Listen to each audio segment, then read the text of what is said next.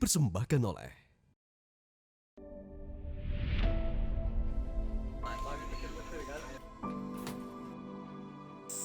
The Flintstone. Yes.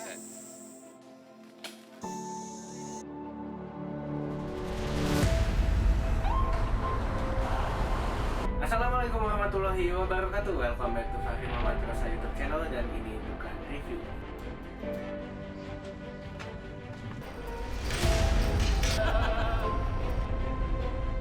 Di situ, nah baru nanti di situ masuk montas.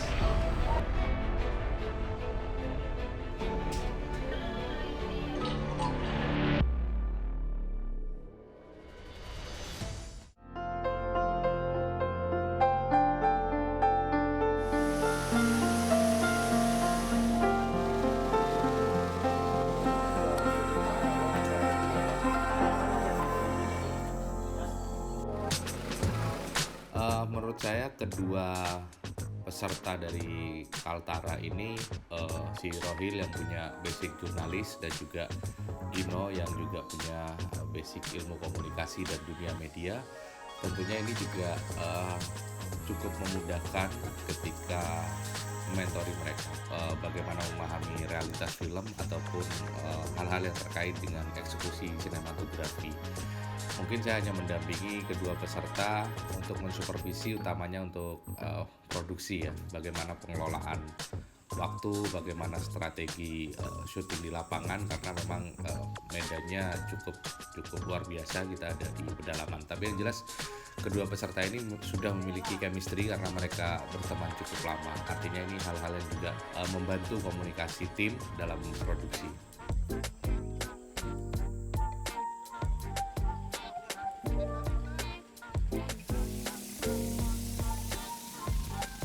Kendala berburu gitu ya.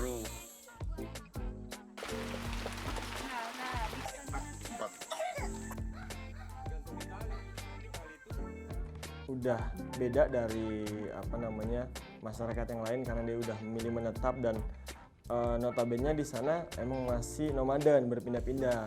Sandi sebagai ketua RT yang ingin membantu kehidupan mereka, menyambung lidah dari dalam hutan ke luar hutan untuk menyelamatkan keluarga dan masyarakatnya. Dia menghubungi si pemerintah tadi, membantu menyalurkan BLT dan bantuan-bantuan lainnya yang ada dari kota disalurkan oleh Sandi. Lebih banyak berinteraksi sama orang di luar dan menggunakan handphone. Walaupun di sana tuh susah jaringan. Jadi proses Sandi mencari jaringan itu salah satu yang kalau bisa dibilang effort dia untuk membantu masyarakat di desa.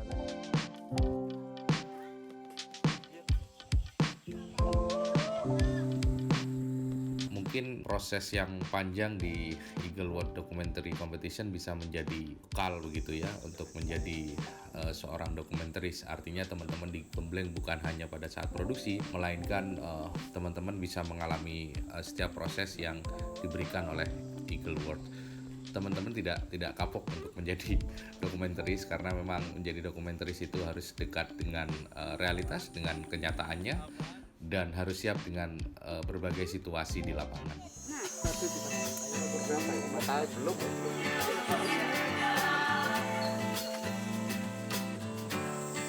The Flintstone. Di proses syuting juga kita di hari pertama kita nggak bisa ngapa-ngapain, kita harus nginap dulu di Tanjung Selor dan besok paginya baru bisa pergi, karena prosesnya juga kita harus jalan darat, itu ke perbatasan di Pangkalan itu sekitar 1 jam lebih, dan juga kita untuk sampai ke rumah subjek itu kita harus naik itu dengan perahu yang kecil gitu, terlalu penuh juga nggak bisa lewat situ. Kenapa? Karena menyesuaikan kondisi air. Nah, itu naik perahunya aja, terus kemudian sampai ke rumah subjek. Nah, nggak sampai di situ aja rupanya perjalanan kita.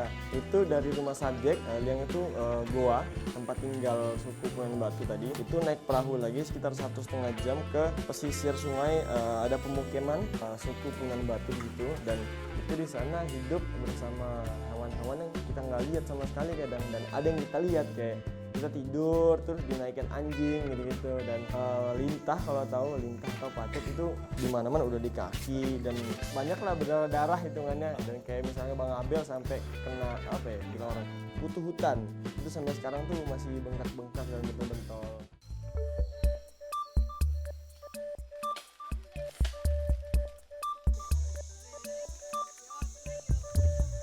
berdasarkan penulisan proposal itu kan temuan-temuan saya dan Gino itu ada beberapa perbedaan dan temuan baru yang kita rangkai jadi masuk di dalam film itu. Sebenarnya banyak momen yang kita temui di dalam Hutan Sajau Budao itu, lalu bagaimana caranya ini masuk di plot cerita kita. Mungkin ada sekitar 20% atau sampai 30% temuan-temuan di dalam pada saat produksi.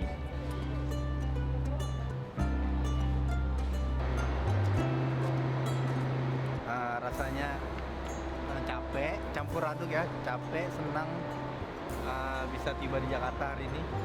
Semoga prosesnya lancar. Semuanya sehat, tiba dengan selamat, alhamdulillah. Kita berangkat tadi pagi dari Kalimantan Utara, ke transit di Kalimantan Timur, langsung ke Jakarta.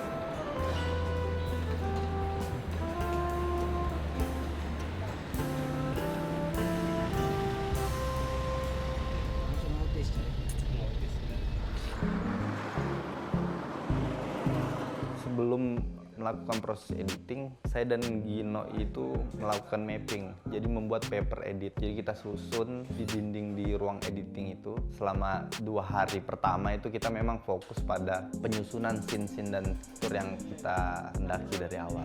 Nantinya editor kita yang bisa melihat dan memilih bagaimana struktur ini nih bisa jadi film yang baik. Kan? Ada di hari ke-6. 6 ke berapa tuh? Oh, kedua tuh pelayanan kesehatan kan. Jadi Mas Hari itu mengajarkan kita tentang ketenangan yang pertama, dan yang pasti kita diminta untuk mencoba mengurutkan peristiwa per peristiwa, apakah itu bakal bisa menjadi satu kesatuan dan rasa yang sama sesuai sama naskah kita. Mas Hari menyarankan bahwa kalian bisa membuat film ini bagus ketika kalian tahu nih bagaimana cara menyampaikannya, apa yang kalian mau sampaikan. Jadi what to say dan how to say tadi kayak gitu. Tapi ini tuh emang film yang emang musiknya agak jarang.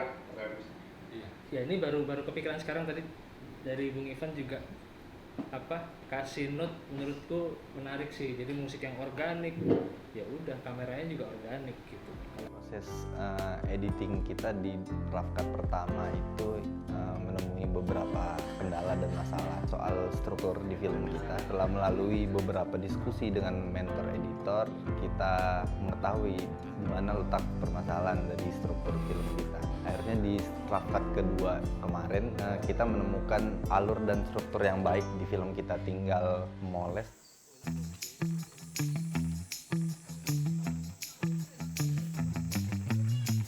Membuat film dokumenter itu sebenarnya seru dan membuat ketagihan jadi edit.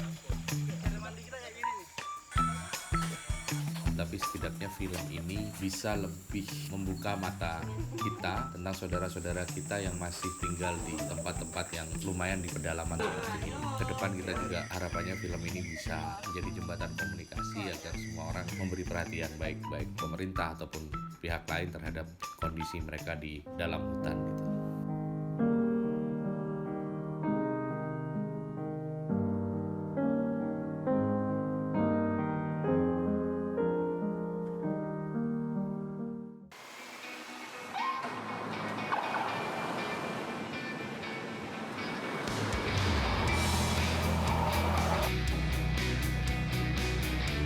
Cerita yang kita angkat ini menceritakan seorang tunanetra yang bernama Fahri.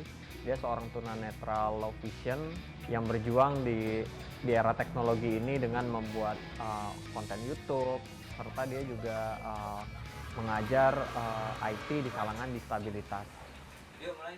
Assalamualaikum warahmatullahi wabarakatuh. Welcome back to Fahri Muhammad Rosa YouTube channel, dan ini bukan review.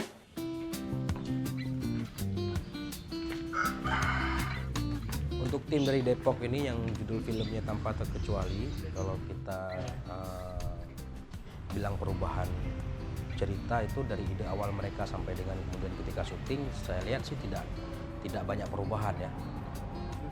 Mulai dari tiap scene yang sudah mereka atur dalam naskah itu, saya lihat selama di proses produksi hampir bisa dikatakan hampir semuanya bisa direalisasikan gitu.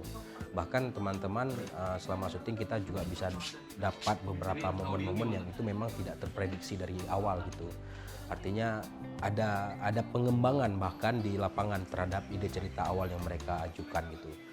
Jadi saya rasa tinggal kemudian bagaimana di proses pasca produksi ya, dari semua ide cerita dan kemudian mereka convert ke dalam bentuk naskah itu bisa kemudian mereka susun sebaik mungkin sehingga bisa jadi film yang cukup menarik dan sesuai dengan apa yang sudah direncanakan dari awal.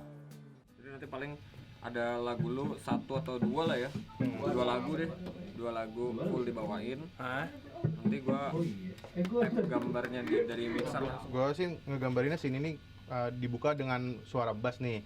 Terus habis itu Fahri live di Instagram. Ya kalau untuk itu sih karena memang waktu diberikan waktu untuk riset sebelum mulai Eagle Labs, kita udah coba ketemu sama Fahri subjek utama kita dan kebetulan di situ waktu pertama kali ketemu ada teman-temannya gitu yang dimana mereka juga ada di film kita ini dan kita ngobrol bareng, mereka sih welcome gitu, banyak memberi masukan juga. Bahkan mereka yang ngasih ide-ide baru gitu. Diginiin aja nih lucu, kalau dibikin gini-gini itu terlalu standar gitu. Mendingan kita bisa yang teman-teman tunanetra nih harus kelihatan harus kelihatan seneng lah, nggak mau dia angkat kesedihannya. Pengennya di film ini kita ngasih stereotip yang baru tentang kehidupan tunanetra tuh bukan tentang sedih-sedih aja, tapi ya tunanetra juga yang tanda kutip ada bandelnya juga. Mereka bisa bercanda, punya persoalan cinta yang sama. Balik lagi Dai 2 sama Bapak Sutradara Rangga Mahnika. Kita anaknya FS1 banget.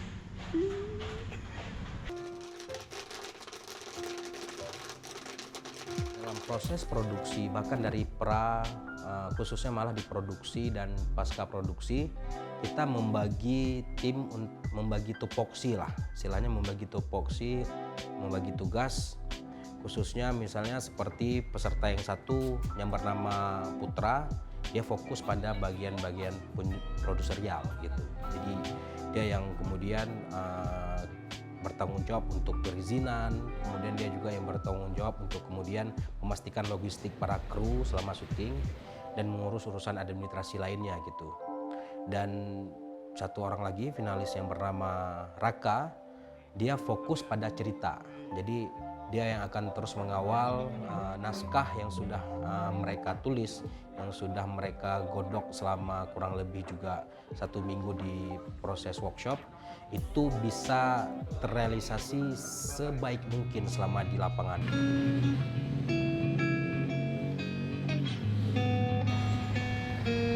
Kalau tantangannya sih untuk film yang kita jalanin ini, satu mungkin secara geografis di Jakarta sih karena hujan terus macet, dan waktu kemarin itu sempat ada kendala sama jadwalnya subjek ini si Fahri, karena kebetulan dia juga banyak panggilan dari event-event lain kayak ngajar ataupun ngeband.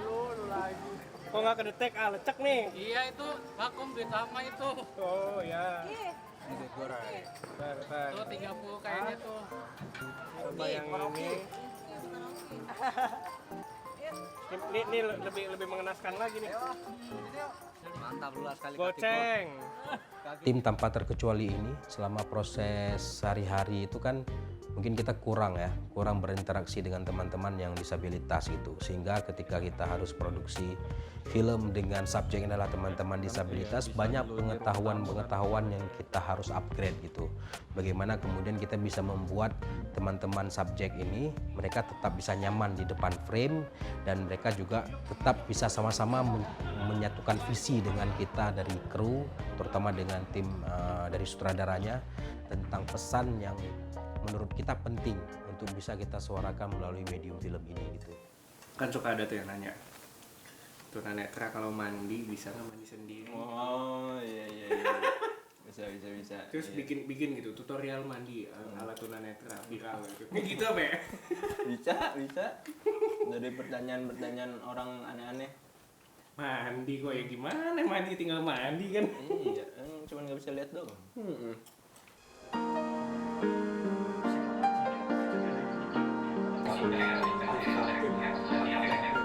Beda kan kalau yang lain enak mereka nggak pakai grafis. Paling kita ngakalinnya sih ntar pas di apa setelah masuk online kayaknya harus ada grafis biar lebih dinamis gambarnya. Mau di mana aja shotnya paling. Ya, pokoknya yang setiap mereka main HP itu harus ada ini sih kayak ya memperlihatkan apa yang dia buka karena kan ya teman-teman yang lain kan bagus tuh landscape-nya, keindahan, hijauan, ya kita harus lebih unggulnya di ini sih, di animasi, di motion grafisnya.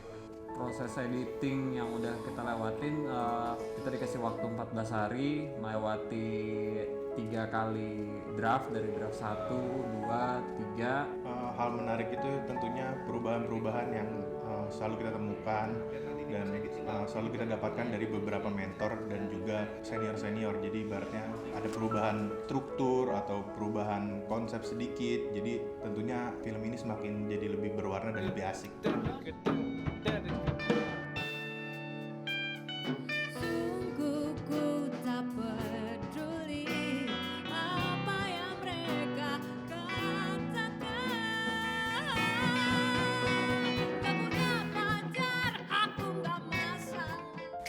Harapan buat penonton semoga terhibur dengan sajian-sajian khas komedi yang kita sajikan dan juga tentang warna baru tentang dokumenter disabilitas, tapi kita membawakannya secara berbeda, secara komedi, secara riang.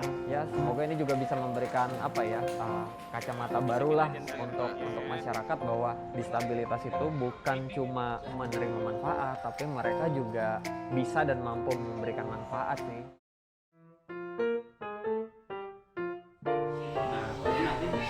Montas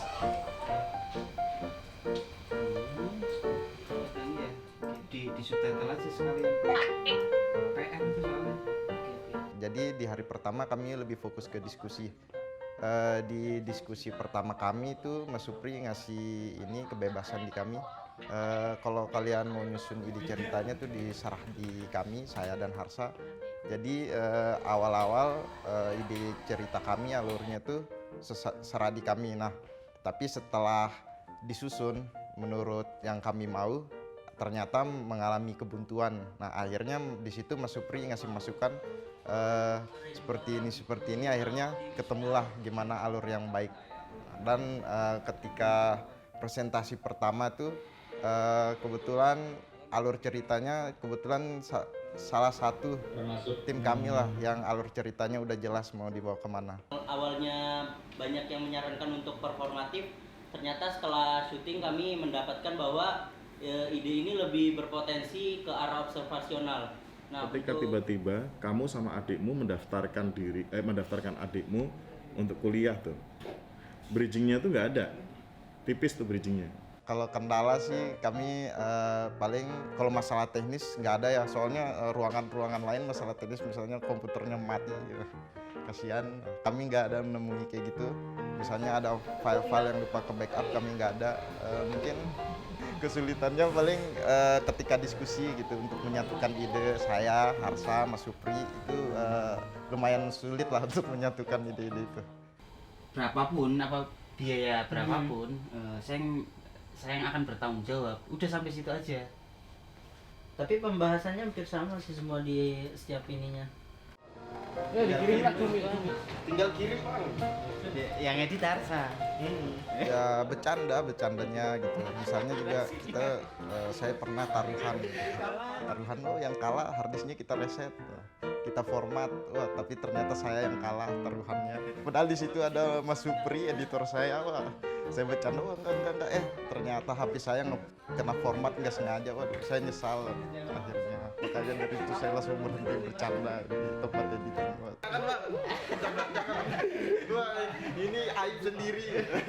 Jadi gimana? Cerita dong. Dia bikin taruhan, yang kalah format semua harddisk. Bener kan dia kalah. Tiba-tiba yang ke format HP-nya.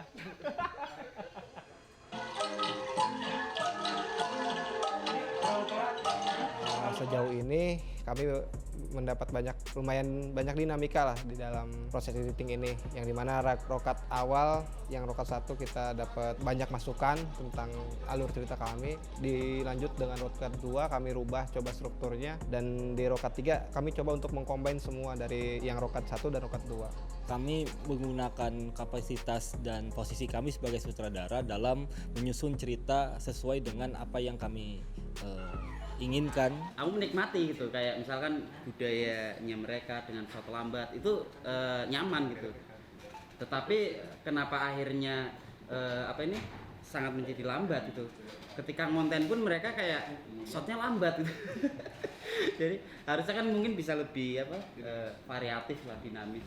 Dari awal juga aku pengen lihat seperti Limapadinya itu mana sih, Limapadi. Gue sebagai orang Sunda pengen lihat keunggulan Limapadi itu mana gitu. Ini belum dapat.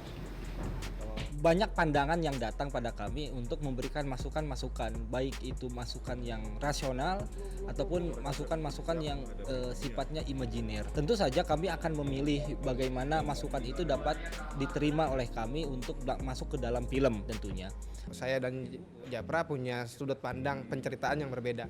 Itu sih yang proses mungkin yang agak sering kami bertukar pikiran atau mungkin sampai berdebat masalah bagaimana bertutur di film ini gitu. Dan pada akhirnya kami mengambil jalan tengah gitu, dan memang bisa menyampaikan, mengimplementasikan cerita kami di Limapari itu.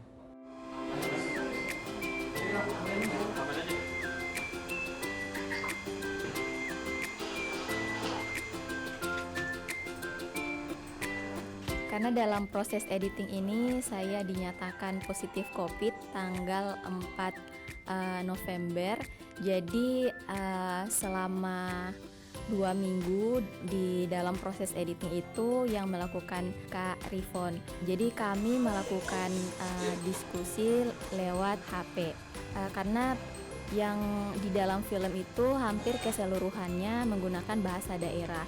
Maka di sini saya membantu dalam hal penyusunan transkrip. Kenapa nggak di-take out aja tuh, dibuang aja ke laut untuk makan gurita tuh, ya kan? Jadi senandung lagu itu sebenarnya malah lebih kuat daripada dia harus ngomong. Pertama, kualitas suaranya yang sangat noise karena hujan mungkin kan. Tapi lagu itu sudah penggambaran semua.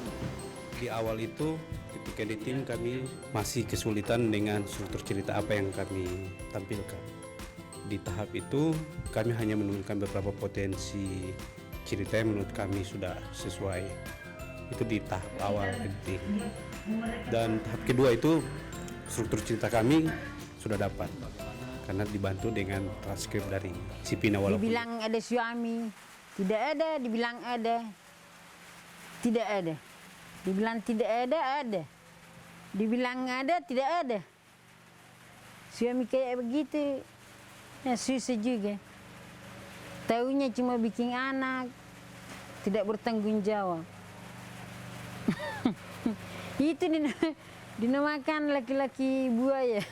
sebenarnya di proses editing itu kami banyak belajar terkait dengan struktur cerita dalam sebuah film, pesan apa yang harus kami sampaikan melalui film, karena bagaimana film ini akan bisa mempengaruhi kehidupan warga Bajo di Gorontalo, karena berdasarkan tema tahun ini kan cakap digital. Jadi itu yang bagi kami agak sulit, bagaimana menghubungkan penggunaan aplikasi dengan kehidupannya Ibu Halimah ini. Bahwa sebenarnya apa yang darat itu pasti akan mengalir ke laut. Melalui film Halimah dan Perahu Bekas, mari jaga laut untuk masa depan.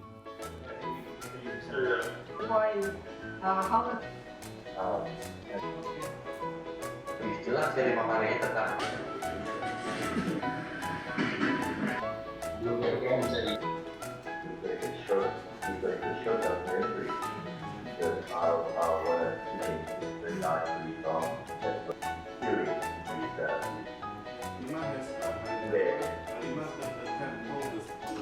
Saya paling suka di film Tanpa Terkecuali. Filmnya Sumbawa itu oke. Kalau aku jagoin Gorontalo. Tanpa Terkecuali. Kalau saya ke Kaltara kan. Sumbawa.